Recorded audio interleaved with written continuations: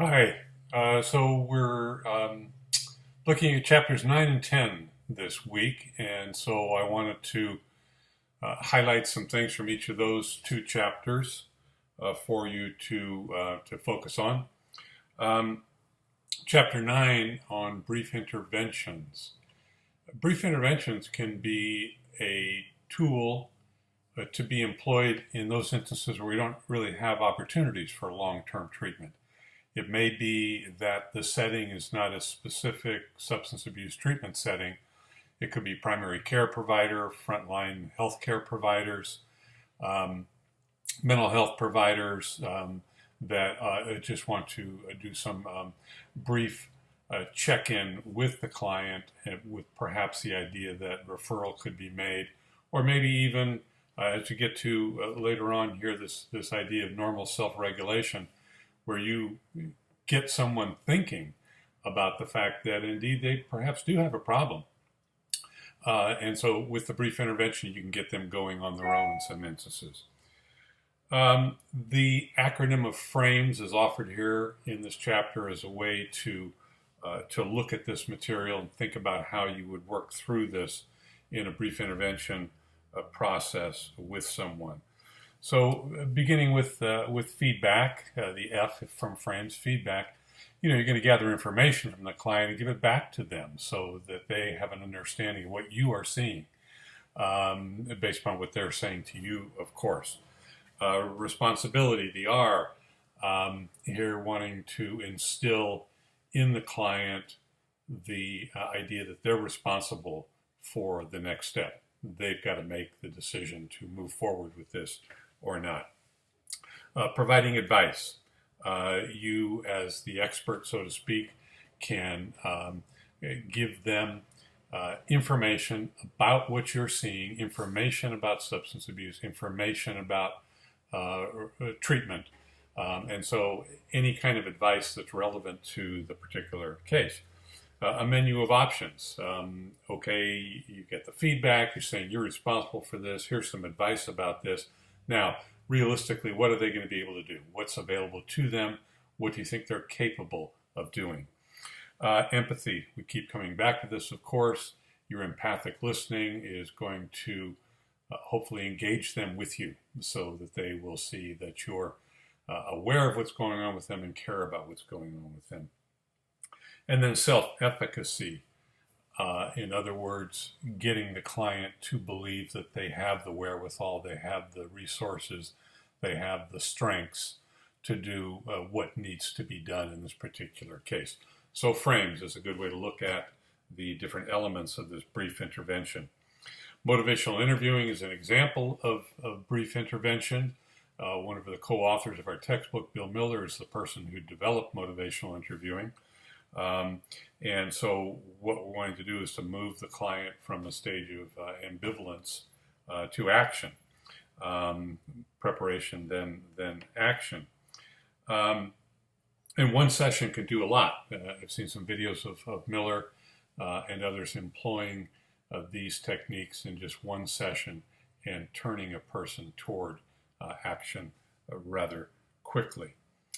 There's a discussion here that because of the proven success of brief intervention and motivational interviewing, this is evidence-based intervention, that we may want to be rethinking our ideas about treatment. And this has come up before. I mentioned this before, that there's these arbitrary designations, maybe that are driven by insurance or by history, 28 days inpatient, 12 weeks intensive outpatient, whatever it might be.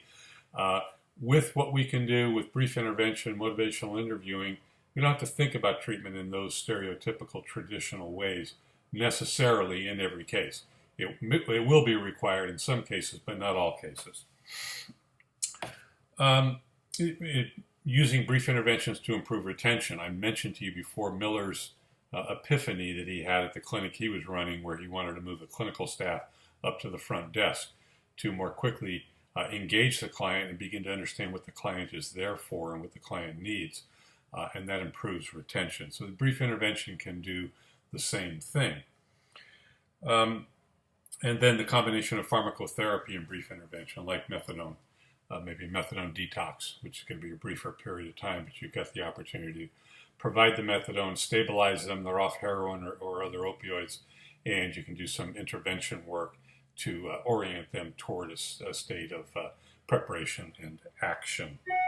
And I mentioned this normal self-regulation process. In other words, someone may come to you in a non-substance abuse treatment setting, and you're picking up something, you're assessing something maybe, you're providing them this feedback, you're giving them advice about what they could do, this menu of options, all of these elements of brief intervention. And what that may do is to motivate the client to take action on their own. They won't go into further treatment or intervention, but rather they'll begin to arrest the problem themselves just through the process of you working through that FRAMES acronym with them. The self-regulation process is on page 155, box 9.1, and you can see that this is the client moving through this process by himself or herself. This is not a therapeutic process, but rather the client taking action themselves and self-regulating their behavior. The last couple paragraphs of this chapter on page 156, excuse me, provides some nice summary of all this material. So look at those last couple paragraphs carefully. And then the reflection questions at the end. Reflection question number 2. Take a look at that. If you only had 10 minutes to tell a client, what might you tell them? And look at that and think about what you might say to Marion from Requiem for a Dream. Okay, reflection question 2, and what you might say to Marion. If you want to post something, that'd be great. That's chapter 9, brief interventions, very effective, and again, evidence-based. So chapter 10, enhancing motivation to change. We're getting into a little bit more step-by-step thinking here about how to move somebody through the stages of change. And this chapter focuses on 3 of those stages. We talked about all 5 earlier in the book, but pre-contemplation, contemplation, and preparation. The research of Arnheim et al. Is very interesting on the language that people use in treatment to describe their state of mind about their substance problems. And so this comes from the field of linguistics, where they looked at this. These are not clinicians, but rather people that understand the way language is used and meanings behind it. And they came up with these 5 dimensions of motivation: desire, ability, reason, need, and commitment.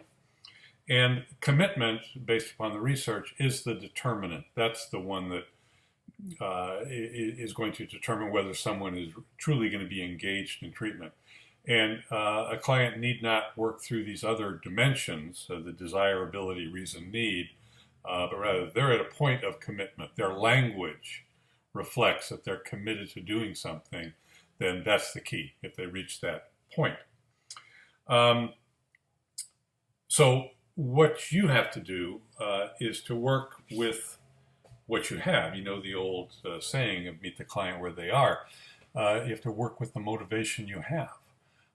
You cannot expect, of course, that they're going to be at that point of taking the big leap, and you might need to be nursing this client along toward the level of motivation that's going to be sufficient to fully engage them in treatment. Everybody's going to be at a different place, so you have to have the skills to meet people at points A, B, C, D, wherever they may be on a continuum of motivation to change.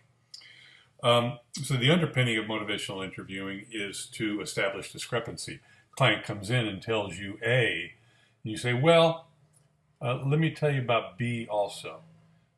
You reflect back the A, but then you want to at some point insert some facts, information you have from your knowledge base, from what you're seeing or hearing from them that they're not voicing, in order to establish a state of discrepancy.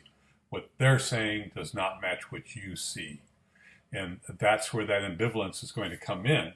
And they're going to understand that there's something not right here, something that maybe they want to address. Client, for example, says, I don't have a problem with drinking. I'll have a couple drinks a day. maybe. But if we look at the guidelines from the National Institute on Alcohol Abuse and Alcoholism, for men, 14 drinks a week, 2 drinks a day, is a point at which one is at risk for developing alcohol problems. That doesn't mean 2 drinks a day is problem drinking, but you are at risk. For females, it's 10 drinks a week. So that's just an example of how a client will say, I don't have a problem, this is what I do. You're able to respond in some way based upon your knowledge of where problem drinking might come into the picture. Now, all of this idea of empathy, reflective listening, feedback runs counter to the old approach of confrontation. And that may be, for some of you, what you still understand to be the way in which these problems are addressed, or the way in which you think you would address them, is to confront somebody with their behavior. But the way that we used to do it, starting way back in the 70s, in therapeutic communities where I worked, the idea of the group or the community confronting someone around their behavior or what they're saying. And in extreme cases, they have to sit in the corner with a dunce cap on or what it might have been. That was actually the thinking back then, believe it or not. But confrontation is not the way to approach substance problems, because we've talked about denial being very common. Well, that's certainly what's going to happen when somebody's confronted in that very direct way. So the more positive way is through this motivational interviewing. The client here is reflecting back to them reasons why they may want to think about their substance use as problematic. So this is a collaborative process. You and the client are working together. This is not you telling them what's wrong with them and what they need to do. And it's not just the client reporting about themselves, but collaboratively you're working together to try and move the client along through these stages of change toward preparation and action. And as I said before, you have to accept the client where they are. So they may be pre-contemplative or contemplative, and you have to continue to work with them until they're ready to move on. One of the co-authors, Dr. Forsheim, has a personal reflection on page 166 about a transgendered client that she worked with early in her career. And it reinforces, the story does, something we've talked about before when we talked about detox and treatment matching, where the client knows themselves better than you do. You as a professional have a certain understanding of them and of addiction, but they know what they can handle, what they can't handle, what they want to do, what they don't want to do.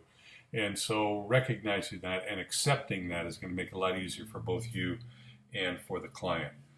And so, feedback to them, this reflective listening, gives them the opportunity to let you know whether you're right or not.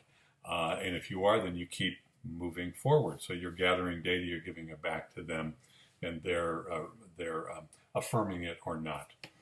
And in terms of feedback, MI feedback session that we have used with the NFL players that I work with for the last 20 plus years, they go through a standard battery of instruments. It's about a 3-hour evaluation process.